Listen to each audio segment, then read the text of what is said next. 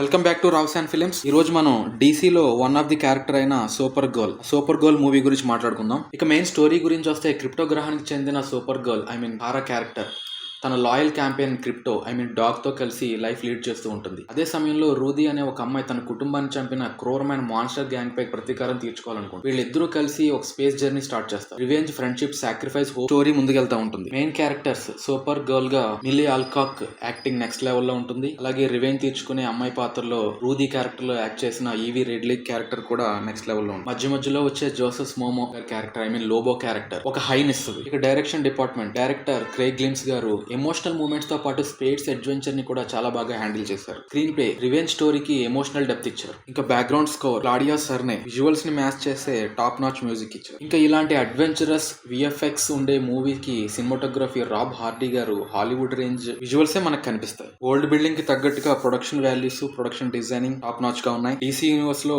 కొత్త ప్లానెట్స్ ని చాలా బాగా ఎస్టాబ్లిష్ చేశారు. Hollywood standard VFX work, space fights, flying shots, creatures అన్ని కన్విన్స్ గా ఉన్నాయి. ఇంకా యాక్షన్, స్పేస్ బ్యాటిల్ చాలా ఎంటర్టైనింగ్ గా ఉంటాయి. ఎడిటింగ్, రన్ టైం కి తగ్గట్టుగా పేస్ బాగుంది. యాక్షన్, ఎమోషన్, స్పేస్ అడ్వెంచర్ ఇష్టపడే వారికి సూపర్ గర్ల్ మంచి చాయిస్. ముఖ్యంగా విఎఫ్ఎక్స్, సినిమాటోగ్రఫీ, ప్రొడక్షన్ డిజైన్ కోసం థియేటర్ లో చూసే వాల్యూ ఉన్న మూవీ.